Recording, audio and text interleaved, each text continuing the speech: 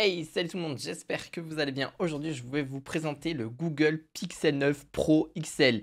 Il a l'air déjà très grand, sauf la puissance. Mais on va un petit peu en reparler dans cette vidéo parce que clairement, un nouveau smartphone comme celui-ci, ça vaut bien le détour. Donc n'hésitez pas à poser votre meilleur pouce bleu et à vous abonner à cette chaîne. Je parle régulièrement d'objets high-tech.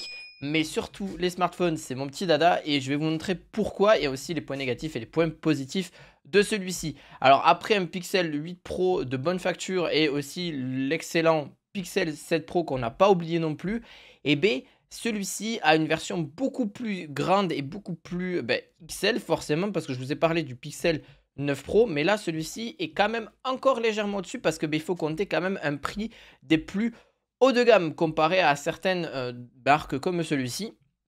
On va un petit peu parler de tout. Alors, vraiment caractéristiques, déjà pour commencer, on va du 128, 256, 512 et même 1 Tera de stockage en interne. Pour celui-ci, il filmera en 4K 60 images secondes. On a le Wi-Fi 7, on a un super bel écran. On a aussi, je reparlerai un petit peu tout ça, mais là c'est brièvement et rapidement. On a la taille de l'écran de 6,8 pouces, donc ce qui fait quand même un très très grand téléphone. On a de l'OLED au niveau de la dalle d'écran, tout est là vraiment. Et puis même au niveau de la puce graphique et aussi du processeur, on est sur du Google Tensor G4 et Mali G715. Donc j'en reparlerai un petit peu après des aspects techniques, mais aussi pourquoi je vous parle de tout ça. Par exemple, si on compare le Pixel 9 Pro normal versus le Pixel 9 XL, et oui, il y a quand même de ça quelques petites différences. Et donc si on voit un petit peu quelles sont les différences de ces deux smartphones, ils n'ont pas du tout la même qualité non plus d'image. Par exemple, au niveau de la définition, 1980 par 2856 pixels contre 1344 et 2992 pixels. Donc, on a un avantage par rapport au 9 pixels Pro au niveau de celui-ci en termes de résolution. Et son image sera aussi un petit peu plus précise. Ensuite, il y a la batterie. Avec plus de place, forcément, le 9 Pixel 9 Pro a une capacité de 5060 mAh au lieu de 4700 mAh qui était annoncé. Donc, par contre, mais Google donne les deux pour plus de 24 heures d'autonomie. Alors, est-ce que c'est vrai ou est-ce que c'est pas vrai? Pareil pour la vitesse aussi de chargement, parce que je pense que pour beaucoup, vous posez un peu la question. La vitesse de chargement est aussi à peu près la même, même s'il y a quand même différence, est compatible avec une charge de 37 watts contre 27 watts pour le Pixel 9 Pro, donc il chargera forcément un petit peu plus rapidement. Pareil, si au niveau du design, vous êtes ravi, on a quand même un design plutôt bien, avec des colorimétries différentes au niveau de celui-ci. Comme je vous ai dit, il n'y a pas que du blanc, il y aura aussi du noir, il y aura du porcelaine, il y aura un petit peu du rose, du gris, enfin un vert pomme on va dire, au niveau de celui-ci. Mais vraiment, pour vraiment en faire paraître au niveau ne serait-ce que du design, depuis des mois, les fuites aussi se multiplient par rapport au 9 Pixel Pro. Et aujourd'hui, il n'a plus de secret du tout parce qu'en vrai, il apporte forcément une dimension supplémentaire. Et pourquoi ils ont fait aussi ce téléphone-là? C'est surtout pour ça aussi que je me pose les questions. Si vous avez la réponse en commentaire, je serais ravi de la connaître. Par contre, une coque ne sera pas du luxe. Donc vraiment, installer, surtout avec le prix d'un smartphone comme celui-ci, une coque est largement normale. Et si on met les pieds dans le plat, clairement, cette nouvelle zone de photo est le véritable réussite visuelle du Pixel 9 Pro et de ses bords ainsi libérés. Il gagne en présence. Il a vraiment une signature visuelle qui pousse à attribuer vraiment une maturité au niveau du 9 Pixel Pro, que ce soit par sa finition, au niveau des objectifs, quel que soit le modèle, l'écran est bon aussi. Si on reparle un petit peu de l'écran, c'est un écran 6,8 pouces compatible avec du 120 Hz et adaptatif, donc de 1 à 120 Hz en fonction des contenus affichés, etc. Donc déjà pour l'autonomie, c'est très bien. Pour la favoriser, c'est juste génial. Mais de base, d'ailleurs, ce smartphone-là est configuré à haute résolution et non en pleine résolution. Donc s'il ne le change pas, on n'aura pas la meilleure expérience visuelle, pour moi en tout cas.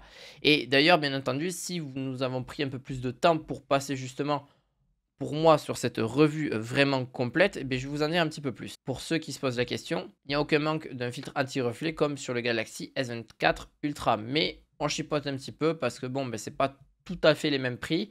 Mais quand même, on obtient vraiment une comparaison très honnête. Si on arrête un petit peu au niveau des détails, est-ce que c'est un monstre ou est-ce que c'est pas un monstre? Au niveau de cette puce, au niveau des performances, etc., Google, franchement, ils ont fait quelque chose de vraiment bon. Pour tout ce qui est comparaison de smartphones, je vous mettrai peut-être une vidéo de comparaison du XL tout simplement, ou même de d'autres smartphones de chez Google.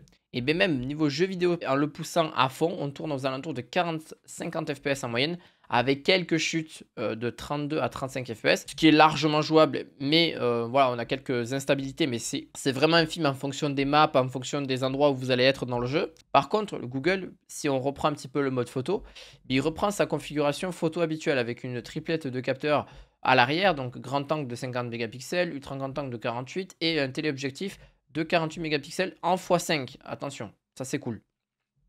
Il a un petit zoom optique qui va jusqu'à x30. Donc c'est quand même, bon, la qualité ne sera pas exceptionnelle en x30, ça c'est sûr. Mais en x5, ça reste quand même vraiment très correct. Les images sont bonnes.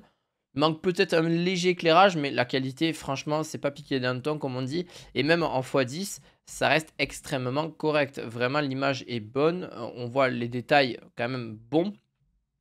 Sur du x20 ou sur du x30, ça va commencer à être un petit peu saturé, mais et vraiment, c'est comme je vous ai dit, le x20, voire le x30, et avec un zoom amélioré, ça peut rajouter quelque chose de bien.